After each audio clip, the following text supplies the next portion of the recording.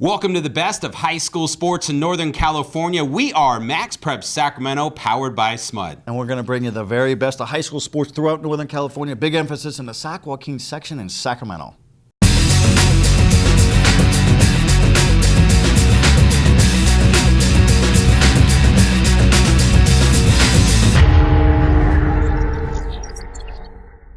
Welcome back for another edition of MaxPreps Sacramento, powered by SMUD. I'm Mike Finnerty, joined as always by Joe Davidson, the Sacramento Bee. And Joe, we are heading down that final stretch of the high school sports season. All sports, football, volleyball, boys soccer, water polo, you name it. But football, it's the big one as always. Football, the seasons are changing. It's getting cooler, but the intensity is heating up, so to speak. And league championships, Sac Joaquin section powers taking on rival programs. It's a great week for football. And it's not just league championships that teams want, just get into playoffs. Yep. Just find a way to get into the playoffs. We've had a lot of Sac Joaquin section champions over the years who didn't win a league championship. It's nice to win a league championship, but really the mantra is just get in. Yeah, you bet. Well, if you're wondering, hey, what do they got in the show this week? We've got football highlights. Don't worry.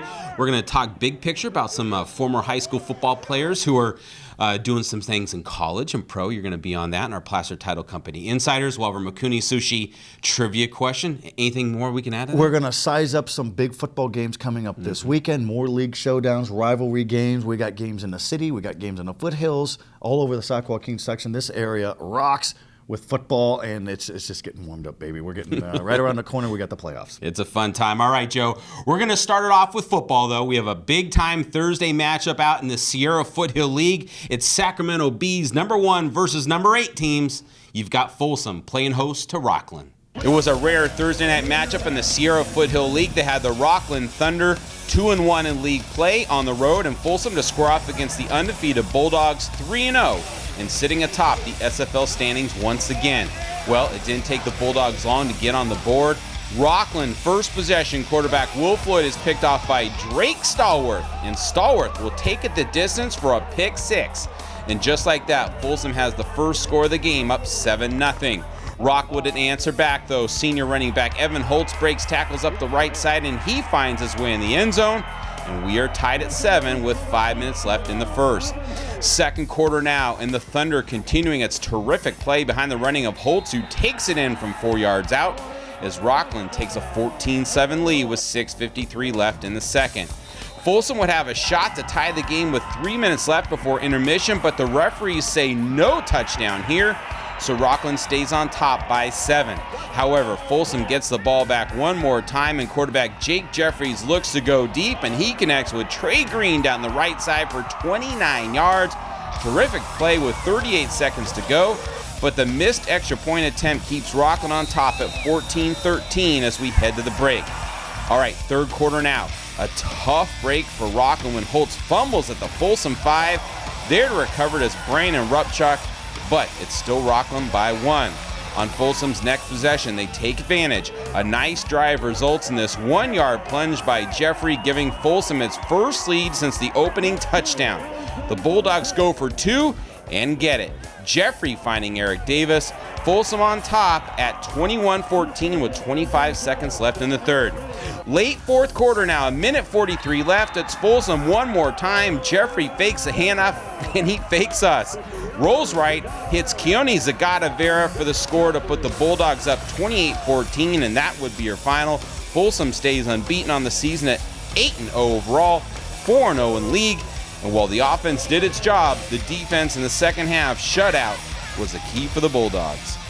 We knew it was going to be a war. This is now a healthy team for them and very well coached, play hard, very athletic. They're going to make some noise in the playoffs. We feel fortunate to get out with a victory, but our defense did a great job, especially in the second half, getting a turnover. And I felt we ended up running the ball, and Jake Jeffrey did a great job for us. Offensively, first half we kind of struggled to get it going. They're playing great defense, great team, honestly. We're making stops on us, but our defense really locked it down in the second half. Can't say enough about our defense. Absolutely amazing. Keep just winning games for them, really, because 28 points isn't that much, but our defense is shutting teams down to 0, 14 points, and that's just great. All right, Mike, good stuff there. Sierra Foothill League has been so good for so long, and then realignment brought in Oak Ridge and Folsom last season, made it a stronger league. Now 4 teams are eligible for the playoff, 4 teams minimum. And so, Rockland and Folsom are also thinking Sac Joaquin section championships. They're also thinking state championships. This is how good this area has been. It's not just league and section championships. You can now talk NorCal and state championships. So how about that? Okay, if the Sierra Foothill League and the Delta Leagues are the best larger school leagues in the Sac Joaquin section, there's a Division II, Division III league that's pretty monstrous too. Well, I would say that would have to be the Capital Valley League, Joe. You're talking about Del Campo, Antelope, Whitney, Casunas Oaks, Roseville, yeah. And even Bella Vista's had a great season this year. Very tough league, and of course, we had to get out and see the marquee matchup for this week. It had the Antelope Titans on the road to take on your Del Campo Cougars. A big crowd on hand at Del Campo High School to see a battle of Capital Valley Conference unbeatens, with the Cougars looking for a big win on the home field. But standing in their way was the Antelope Titans, undefeated on the season at 7-0. And before the game, Del Campo grad and French-trained attack hero Spencer Stone was honored. Stone made his way around the track for a much-deserved standing ovation. After a defensive battle early in the first quarter, Antelope finds the end zone with this Montel Aaron to Logan Paulson touchdown, and it's 7-0 Titans with 4:52 left in the first. We're going to skip ahead now. Second quarter, just under 3 minutes left. When Aaron takes it himself, he races 12 yards around the left side, wide open running room for Aaron, and that'll make it 14-0. Antelope wasn't done. With under a minute left in the half, Javen Braun intercepts his Ben Purcell pass, and he is going to take it down the left side for another Titan score. Antelope in full control of this game, up 20-0 as we move to halftime. We would see a much different Del Campo team in the second half, sparked by the play of running back Javon Jackson, who carried defenders in for this score. Del Campo down 20-7. Then late in the third, Del Campo calls on Jackson again, tough yardage. But Jackson gets it done, and all of a sudden, the Cougars are back in this game, down 20-13 after the missed extra point. To the fourth quarter, with 5:48 left, quarterback Ben Purcell delivers a perfect pass to Ray Griffin, corner of the end zone. That's a touchdown as the Cougars climb all the way back to tie it at 20 apiece. With momentum in Del Campo's favor, Antelope comes up with a key drive and then caps it off with a double pass. Aaron to Devon Silver to Ryan McCombs. Touchdown Titans with 3:05 left. They go up 27-20. Antelope's defense delivered the final blow with this Kahani Lassane interception of Ben Purcell in the final minute. And that's going to put an end to it as Antelope tops Del Campo 27-20 and now has the inside track at the CVC title. A big night for the Titans. Head coach Matt Ray, who now improved to 8-0 on the season. We didn't play well in the second half. We're still learning how to finish people off. Don't like to spot someone, get 20 points and then give them all that back, but we finished. We're finding a way to get it done when it matters.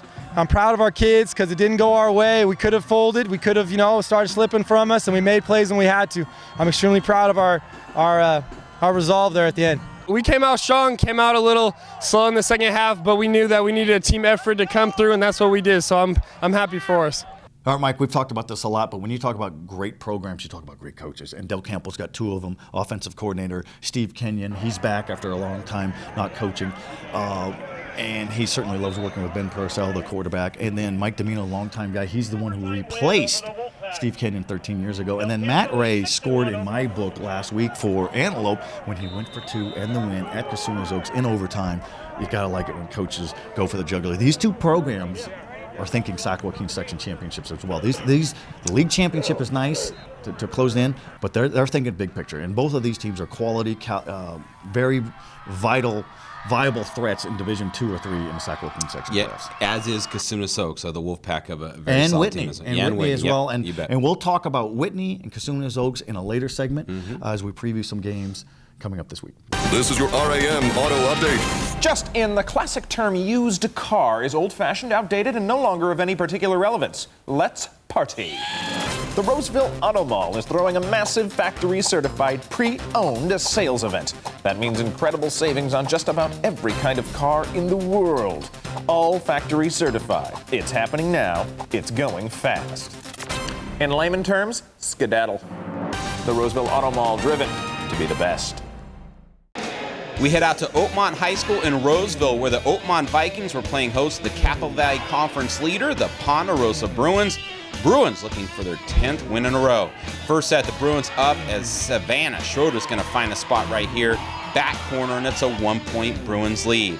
That 1-point lead remained for much of the opening set, with Schroeder coming up with several nice shots to keep the lead. As the game progressed, Alex Boyle would help extend the lead to 20-14. Bruins would also get some solid play at the net by Boyle as well. Ponderosa takes game 1, 25-17 to go up 1-0 in the match. Second set now, and an early battle would be a battle for Ponderosa that they would win. Despite the good efforts by Oakmont, Ponderosa would take game 2 as well, 25-22, and game 3, 25-21. Ponderosa with a 1-game lead over Bella Vista as league play wraps up this week. We've got some soccer for you now, and perhaps the area's top team, the Jesuit Marauders, were on the home pitch, taking on a very good Atwater Falcons team, undefeated on the season. Jesuit looking for its 11th straight win, and it was a good start for the Marauders. First half, it's Nick Sogard looking for Stephen Catoodle, but Atwater's Jonathan Escobedo breaks up the pass. That results in an own goal. So that's a score for Jesuit. Marauders grab a 1-0 lead at the 30th minute. Jesuit continued the first half pressure, but would head to the break with just a 1-0 lead. Second half action now, and here comes Jesuit. The continued pressure on Atwater would eventually lead to a Marauders goal of their own doing. Senior Mitch Johnston, he's going to deliver with the header. Outstanding play by Johnston as he extends his team high in goals to 14. That gives Jesuit a 2-0 lead at the 62nd minute. There would be more. Just 4 minutes later, Jesuit does it again. Tyler Moss finds the top left corner. Nicely done by Moss. And his teammates are loving that shot as Jesuit goes up 3-0. And that would be your final score as the Marauders get the win, improve to 18-2-1 overall, and will conclude regular season play this week. After the game, we caught up with Jesuit's 37-year head coach, Paul Rose. This team at the start of the season had a pretty big learning curve. We struggled. We lost a couple of games. We tied a game, and now I feel like we're starting to kind of understand the magnitude of playing varsity soccer, and that every team wants to beat you, and I really enjoyed this game. They're a great side. It was a much closer game than 3-0. And quite honestly, 3-0. They fought hard. We fought hard. It was a clean game, and you need games like that right before you go into the playoffs. So that's kind of where we're focused right now. Certainly, volleyball's big around here. Soccer section championships are coming up. Golf championships coming up. Such a great, diverse area with athletes and sports in the Sacramento region. Yeah, one thing about this year too in those sports, we have you can't exactly say, oh, for sure this team's going to win it all or that team's going to win it all. Especially in volleyball, yeah, we know Oak Ridge is the #1 team, but Rockland's right there, Granite Bay's right there. They could win easily, the higher division. For soccer, probably leaning Jesuit, but there's some teams that can also win throughout the ranks. So what I like about these sports right now, there's a lot of parity going on right now, so it's going to make the playoffs very interesting. Yeah, and it doesn't rain in California, so I think we'll be okay throughout the fall playoffs, all that. But we've seen upsets happen in the volleyball playoffs, in the section soccer playoffs. Remember Oak Ridge last year with the big upset win to win the Sac Joaquin section Division I over soccer Davis. championships. Exactly. And then Jesuit was a state-ranked powerhouse that lost in the semifinals. So upsets do happen. That's what makes the playoffs a lot of fun. And the year before, Jesuit lost to Grand Bay. I think it was 2 years before. Right. Jesuit lost that great one in Grand Bay. Yeah, it does happen, and we talk about it every week, and we can't wait to get to postseason. All right, Joe, only halfway through the show. When we come back, we'll bring you our Placer Title Company Insiders. We've got our Makuni Sushi trivia question. And again, in our final segment, we'll preview some football games coming up this Friday.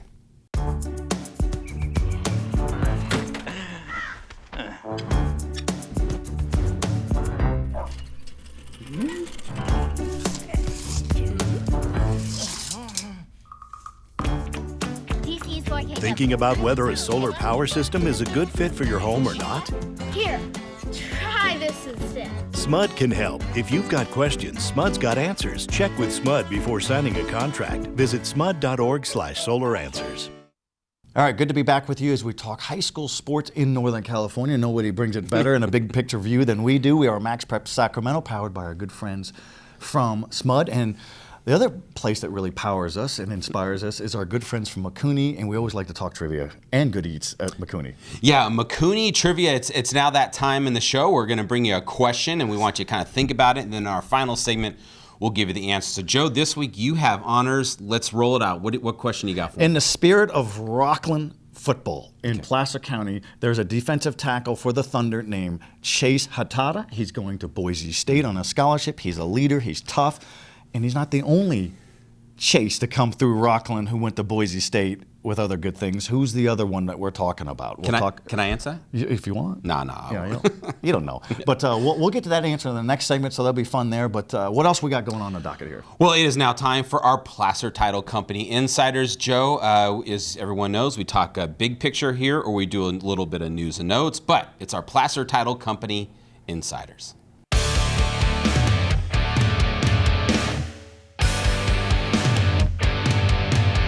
All right, Joe, we're going to talk a little bit of football, all levels of football, high school, college, and pro, and we're going to stick to the lineman theme. And you've got some news and notes relating to, not really news and notes, we're going to talk about some guys at each level. Yeah, and you know what? It's in the trenches, man. I mean, it all starts with the big guys, the tackles and the guards and the centers. And in the high school level, one of the great offensive linemen in all of California is Jacob Capra at Placer High School in Auburn, and he looks the part. He's big, he's strong, he's a great student, he's a great leader, he could move.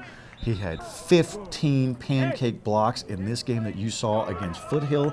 He ate their lunch, so to speak. So he is going to Cal. Mm-hmm. So how about that? His brother is at Utah, I believe. So how's that for a nice family? It's a big family. Johnny. Christmas card. Yeah, Brother Johnny John, Capra. Yeah. They're very close.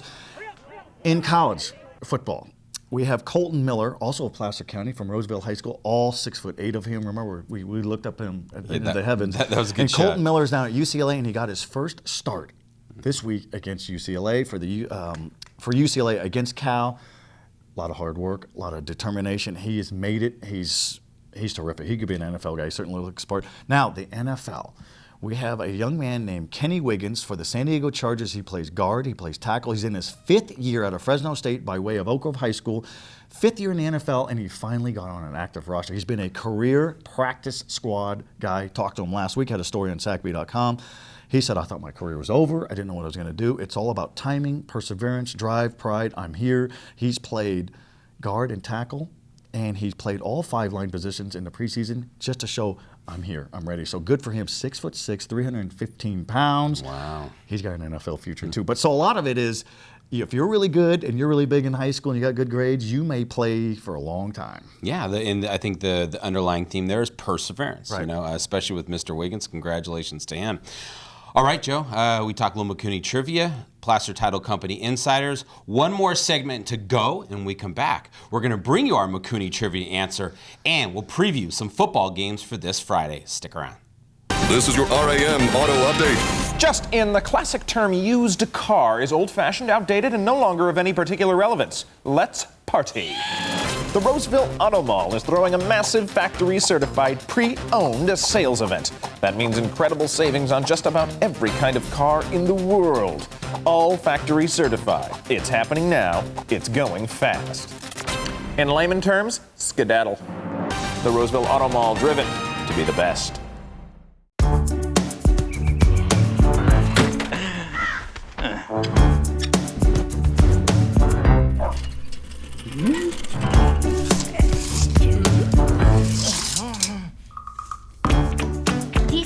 Thinking about whether a solar power system is a good fit for your home or not? Here, try this instead. SMUD can help. If you've got questions, SMUD's got answers. Check with SMUD before signing a contract. Visit smud.org/solaranswers. And we're back for the final segment of the MaxPreps Sacramento High School Sports Show. That's the very best in high school sports in Northern California. Big emphasis right here on our home base of Sacramento. Powered by our good friends from SMUD. It's good to be back. And Mike, we talked trivia. With McCooney trivia, and the question was about defensive linemen with deep Placer County ties. Rockland High School has a defensive tackle named Chase Hatada. He's going to Boise State. There was another Chase years ago who played the same position, went to the same college. Who is it? Oh, you're going to ask me? I'm asking you, brother. Well, you know I know. Yeah, you do. All right. Wow me. Chase Baker, formerly, as you mentioned, of Rockland High School, and a big brutish lineman for the Herd, or for the Thunder, not the Herd. Back in his day, he was a tough one. And he blew out his knee before senior year. Boise State honored the scholarship. He goes to Boise State, becomes a captain, becomes a leader, and played in the NFL, so it happens now. The current version, Chase Atada, wears number 10, looks like a skill player. He thought he was going to play some tight end, H-back. I'll take number 10, and now he's just playing defensive tackle. He's going to Boise State. You can win games and championships with a stopper in the middle of the defensive line. Yeah, and they've done that over the years, so good to go. Yeah. Chase, if your name is Chase and you play defensive line in Placer County, you're probably going somewhere. Well, I think Coach Benzel of Rockland's probably in the youth league looking for some big kids named Chase down there in the junior Thunder program. All right, Joe, we are going to talk some football for this Friday, and as we mentioned at the top of the show, we are at a time in the season where it's heating up. Every game really does matter. So let's start off in the Sierra Foothill League. We've got a big one out there, just like we saw last Thursday. Yeah, Highway 50 quarter has longtime powerhouse. Folsom was a powerhouse in the 1960s and is a big-time power in the last few years. Biggest rival for Folsom over the years has been Oak Ridge up in El Dorado Hills. Here they are, locking horns, fittingly for a lot at stake. Oak Ridge, we know what Oak Ridge has. Quarterback Ian Book, he can make all the throws. He's the 3-year starter. He's going to Notre Dame. How about that? Well, Folsom can do a lot of things as well, can pass and throw. Yeah, it's going to be a great matchup. And you're right. Up the 50 rivalry is always good. And Folsom with Jake Jeffrey, the new Jake, and then 2 good running backs, Trey Green, Roger Neal. Both. This should be a great game. I get there Thursday and sleep over so you can get a spot. Well, I don't want to do that. You can do that. All right, Joe, let's head out to Elk Grove. We've got the Franklin Wildcats taking on the Elk Grove Thundering Herd, a team that's playing really, really well. This will be at Cosumnes Oaks, as always, for the Franklin home games. I guess the question entering this for Franklin head coach Mike Johnson is, how do you stop Elk Grove running back Ryan Roberts? I don't know if you can. And not only is he just a running back, but he averages 26 points a game. Mm-hmm. Not bad for basketball. This is football. Yeah. And there's a lot of games he's scoring 6 touchdowns. He's scoring on offense, defense, special teams. He's a devastating player, but there's also a quarterback. And Jaden Machado, who's helped keep teams honest. The 2 best players for Franklin are national recruit Lamar Jackson, and Jacob Lopez has played really well, steady at quarterback for Franklin.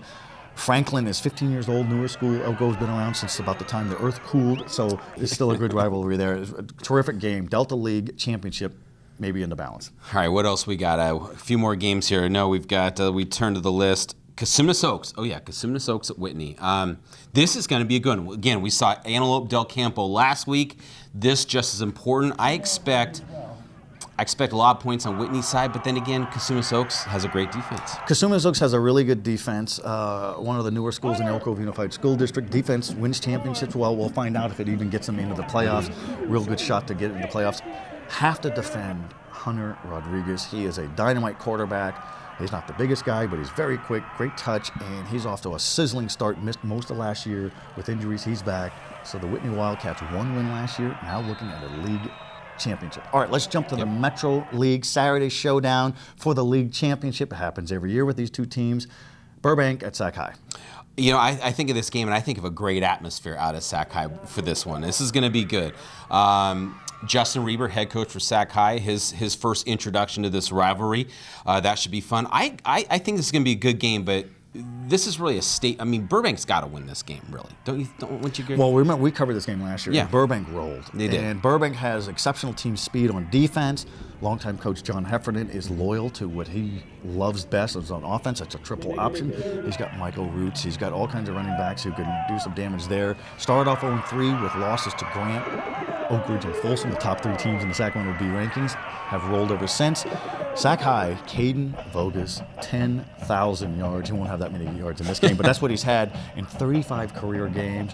He has to go over the top and stretch that defense. Otherwise, Burbank will chase him all over the place. Yeah, but I think for Burbank, he got to win this one. Burbank needs to win this game and probably the favorite as a defending champion. But day game in Oak Park, some of that Dragon vibe right there. We'll see. On natural grass. Yeah, how hot is that? How about that? All right, Joe, as we see at the end of the show, another packed show. We covered volleyball, water polo, lots of football. Got it all in there. Placer Title Company insiders. And we are excited as we near this stretch. And Halloween's coming up, by the way. What are you going to wear? I'm going to dress as a haggard, fatigued, grouchy, grumpy, truculent sports writer. Okay, yeah, I think you I'll fit just the bill. be me. Yeah, just be you. All right, folks, thank you for watching. We will see you next week.